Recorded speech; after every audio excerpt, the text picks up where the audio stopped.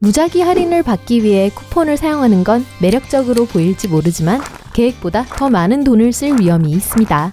2018년 미국에서는 2,560억 개 이상의 쿠폰이 배포되는데요.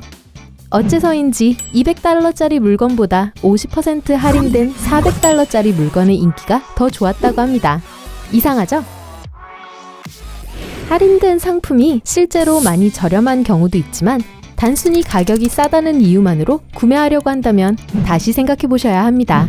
할인과 프로모션은 모두 돈을 절약한다는 인상을 주지만 결과적으로는 가격이 절반밖에 안 된다는 이유로 불필요한 물건을 산 셈이 되는 경우가 있습니다.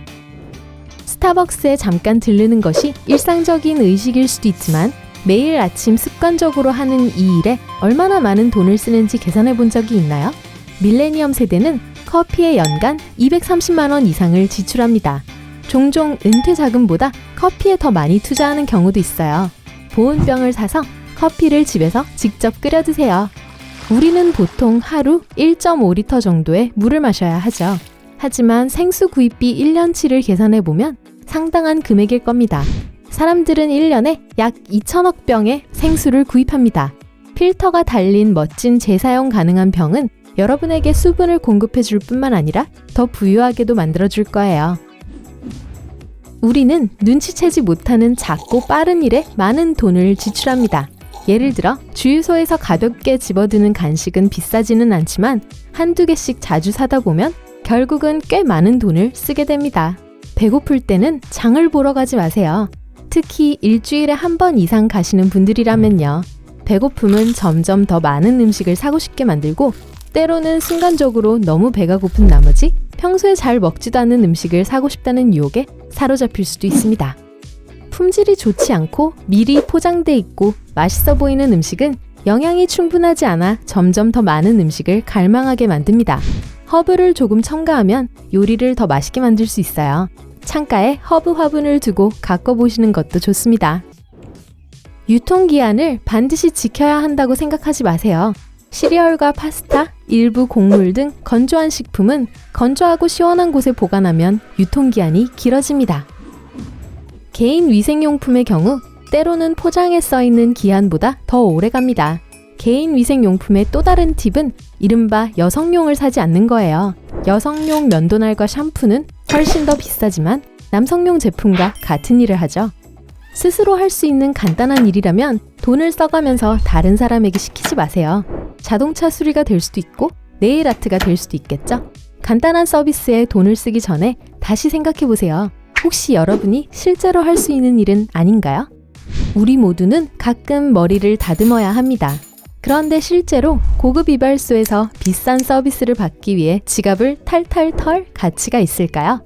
존 코드웰 등 일부 사업가들과 억만장자들은 자신들의 머리를 직접 자른다고 합니다. 좋은 가위에 투자하면 집에서도 앞머리를 가다듬을 수 있습니다. 매일 먹는 점심에 관해 얘기하자면 매일 외식을 하거나 가게에서 먹기 좋게 미리 포장된 음식을 살 수도 있어요. 하지만 집에서 만들어 밀폐된 통에 담아온 식사가 더 건강하고 저렴합니다. 이 방법으로 한 달에 10만 원 이상을 절약할 수 있어요. 휴가를 갈 때면 누구나 인생 최고의 시간을 보내고 싶을 거예요. 하지만 그렇다 해도 꼭 1등석 티켓과 5성급 호텔이 필요하진 않습니다.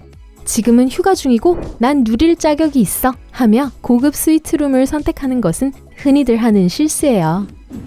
여행을 할 때 아파트를 빌리기로 결정하면 놀랍게도 호텔보다 비용이 적게 든다는 걸 알게 될 겁니다. 많은 아파트에는 호텔이 일반적으로 제공하지 않는 부엌 같은 편의시설이 구비되어 있죠. 보너스!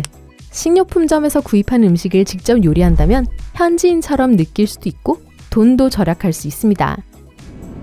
복권이 부자가 되는 길처럼 보일 수 있지만 사실은 그 반대입니다. 복권이 확실하게 하는 일 한 가지는 여러분의 돈을 빠르게 태워서 제로 만들어버리는 거예요. 복권 몇 장을 사러 편의점에 들르는 백만장자는 없습니다. 여러분이 투자한 2,000원을 잃을 가능성이 더 높아요. 물론 그리 큰 돈은 아닌 것 같지만 정기적으로 복권을 사는 습관은 결국 큰 지출로 이어질 겁니다. 모든 빨리 부자 되기 계획은 효과가 없습니다. 이 계획으로 실제로 부자가 되는 사람은 그걸 만든 사람뿐이에요. 그런 곳에 쓸 돈이 있다면 차라리 교육과 스포츠, 취미 또는 기타 장기적인 프로젝트에 투자하세요. 감당할 수 없이 비싼 물건을 사는 것은 최선의 선택이 아닌 경우가 많습니다. 특히 매우 비싼 거라면요. 대출과 신용카드는 부당한 이자율로 여러분의 예산을 갉아먹을 거예요. 부자들은 아파트를 사는 대신 임대하는 경향이 있습니다. 그렇게 하면 자신들이 원할 때마다 집을 바꿀 수 있는 능력과 자유를 얻죠. 게다가 아직 백만장자가 아니라면 대출 이자가 엄청나다는 것도 꼭 기억해야 합니다. 임대는 이자도 없잖아요. 하지만 그래도 정말 자가주택을 소유하고 정착하고 싶다면 너무 비싼 맨션을 사지는 마세요. 심지어 억만장자인 워런 버핏도 자기가 가진 전 재산의 아주 조금밖에 안 되는 작고 아담한 집에서 삽니다. 버핏은 그 집을 50년 전에 3,800만 원에 사서 한 번도 이사하지 않았어요. 이미 큰 집이 있다 해도 다시 규모를 줄여봐도 괜찮습니다.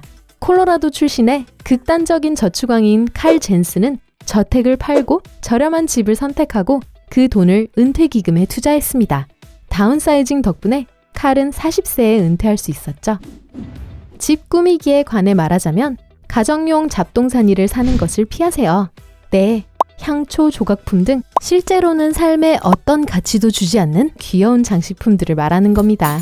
이 모든 자질구레한 물건들은 결국 선반 안에서 먼지로 뒤덮이게 될 거예요. 높은 금리의 신용카드를 이용해서 비싼 고급 물건을 사지 마세요. 부자들이 부자가 된 이유는 현명한 결정을 내리기 때문입니다. 이런 사람들은 금방 가격이 떨어질 물건은 사지 않고 렌트를 하는 경우가 많습니다. 옷과 보석, 심지어 시계까지 쉽게 렌트할 수 있어요. 많은 돈을 버려가면서까지 사람들에게 깊은 인상을 줄 필요는 없죠. 옷의 경우 극단으로 갈 필요는 없습니다. 초저가 옷도 좋지 않아요. 값싼 옷을 사면 돈을 절약한 것 같겠지만 환상에 지나지 않습니다. 이런 환상은 종종 여러분이 구입한 옷이 오래가지 않는다는 것을 깨닫는 순간 사라지죠.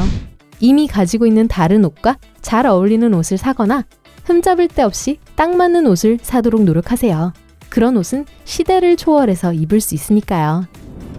가전제품, 심지어 자동차를 살 때도 보증기간 연장 상품을 사라고 권유받을 겁니다. 속지 마세요. 이런 보증은 너무 비싸고 비용의 일부가 수수료로 쓰이는 경우가 많습니다. 대신 그 돈을 정상적인 보증이 만료된 후 수리가 필요할 경우를 대비해 아껴두는 게 더 현명합니다. 모든 사람들에게 깊은 인상을 심어주기 위해 화려한 결혼식을 하거나 웨딩 케이크에 많은 돈을 쓰는 것은 어렵게 번 돈을 투자하는 좋은 방법이 아닙니다. 많은 부자들은 물질적인 것보다 경험을 선호합니다. 차라리 신혼여행에 투자해보는 건 어떨까요? 오늘 새로운 것을 배웠다면 이 영상에 좋아요를 주고 친구와 공유하세요. 여기 여러분이 좋아할 만한 다른 멋진 비디오들이 있습니다. 왼쪽 또는 오른쪽을 선택하고 삶의 밝은 면에 머무르세요.